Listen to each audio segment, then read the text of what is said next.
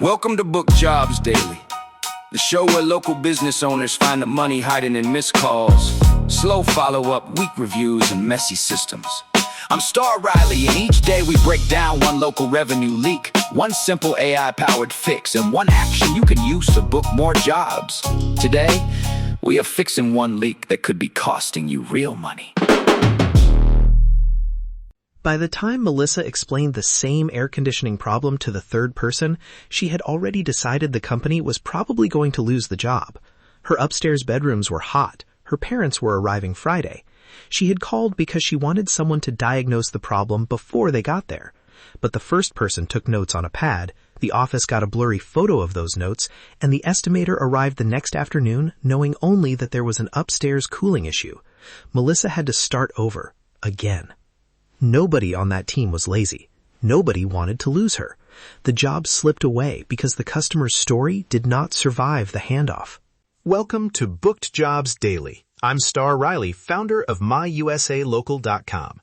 This is the daily show for local business growth, practical AI, and simple revenue systems that turn missed leads into booked jobs. Today, we are fixing the gap between the person who first hears the customer and the person who is supposed to move the job forward. The solution is a small lead handoff card with 5 pieces of information. No complicated CRM project, no 12-step form, just enough context to keep the promise intact. Here is why this matters. A customer does not experience your department separately. They experience one company. So when they tell the office one thing, repeat it to the estimator, and then hear a technician ask a completely different question, they do not think, an internal communication issue. They think, these people are not listening. That feeling is expensive. It creates delays, weaker estimates, and quiet decisions to call somebody else. Most teams try to solve this with more software. A new inbox, a bigger pipeline, another dashboard with colorful stages. But do not buy a bigger CRM to solve a smaller accountability problem. If your team cannot clearly see what the customer wants, what happens next, and who owns it, more buttons will not fix the leak. They may just hide it behind a nicer screen. The tool is not the important part. The habit is. The card can live in the system you already use, a CRM, a shared spreadsheet, a team inbox, or a simple form. It only becomes necessary when an inquiry changes hands, needs a future action, or involves an estimate. If you are a one-person shop, this is not automatically overkill. You may not hand a lead to another employee, but you do hand it from your present self to your future self. And future you is often just as capable of forgetting a promise as anybody else. Let's build Melissa's card while the conversation is still fresh. Do not write, air conditioning issue, needs estimate. That is a breadcrumb, not a handoff. Start with the result she wants.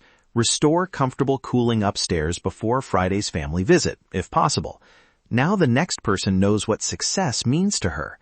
Then capture the timeline. Needs a call today and prefers a Thursday visit. That is more useful than a vague word like urgent, because the team can actually act on it. Next, note who needs to be involved in the decision. Melissa is the primary decision maker, but her partner may want to join the estimate.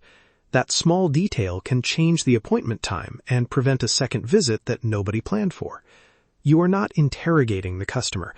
You are simply noticing what has to happen before the job can move forward. Then write the promise in a way that can be checked. Someone will reach out is not a next step. Jordan will call Melissa by 4 p.m. today to confirm a Thursday diagnostic visit and send the arrival window is a next step. It names the person, the action, and the time. Finally, Jordan becomes the owner. That does not mean Jordan has to perform every part of the job. It means Jordan is accountable for making sure Melissa is not left wondering what happens next. Put those pieces together and the card says, Melissa wants the upstairs cooling problem diagnosed and, if possible, resolved before Friday. She needs a call today and prefers Thursday. Melissa is the primary decision maker, with her partner possibly joining the estimate. Jordan owns the next move and will call by 4 p.m. to confirm the visit and send the arrival window. That is enough for the office, the estimator, and the field team to work from the same reality. Melissa should not have to rebuild the context every time the lead changes hands. Notice what is not on the card. A transcript of the entire phone call, 3 paragraphs about the weather, every possible diagnosis, the customer's life story. The card is not a biography, and it is not a place to prove that somebody took notes. It preserves intent and protects the next action.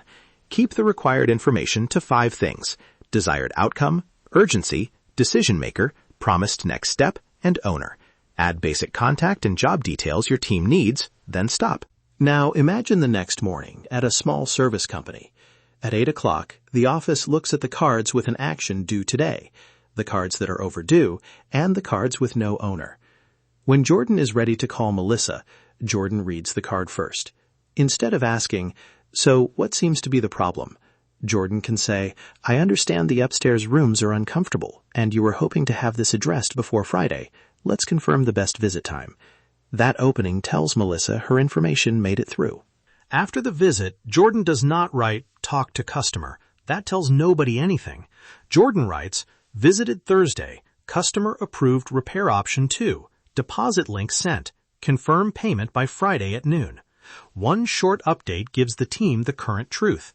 If a part becomes unavailable or the estimator gets stuck on another job, Jordan changes the promise before the deadline passes and tells Melissa what changed. A delay handled early feels very different from silence. That is the whole team rhythm. Create the card when the lead needs a handoff, assign one visible owner, read it before the next contact, update it after meaningful contact, and flag anything that could make the promise slip. You can say that in one breath. If the routine takes 10 minutes, it will disappear on a busy day. If it takes 2 minutes, people can actually use it. The same card works outside home services. A website visitor might submit, "Interested in a kitchen remodel." That is a starting point, not enough context for a good follow-up. A quick conversation may reveal that the homeowners want a more functional layout before the holidays, that both spouses will decide, and that they want a consultation next week. The card then gives the next person a real opening. "You are hoping to improve the kitchen before the holidays, and I have 2 consultation times for next week." The customer feels remembered before a salesperson ever talks about price. There are 3 guardrails that keep this useful. Keep it short so the team will complete it. Keep it visible so ownership does not live in a private text message. And keep it current because an old card can create false confidence. I would add one more. Write customer intent, not just job facts. 3-bedroom house is a fact. Customer wants the failed water heater made safe before the children return from school is intent. Facts identify the job. Intent helps you serve the person. You can put this into practice today without writing a policy manual.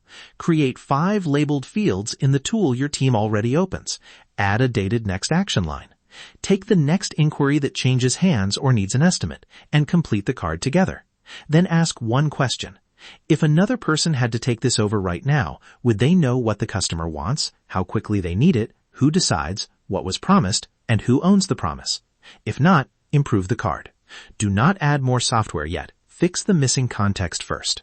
A lead handoff is not data entry. It is promise preservation.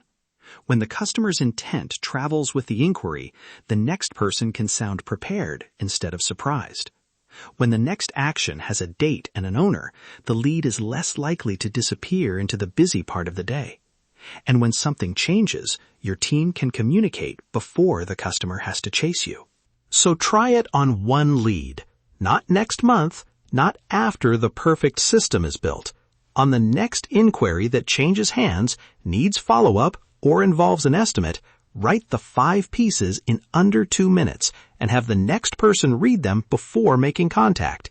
Look for the difference. Fewer repeated questions, clearer ownership, faster movement, and customers who feel heard. Before you go, ask yourself one question. How many leads has your business missed this week because the customer story got stuck between the phone and the field? Join the Booked Jobs daily email list, and we will send you a copyable 5-field lead handoff card, along with practical AI ideas and simple weekly systems for recovering hidden revenue. You can also book your AI opportunity on it. We will help uncover the leaks, show you the systems, and turn more missed opportunities into booked jobs. I'm Star Riley. Thanks for listening to Booked Jobs Daily.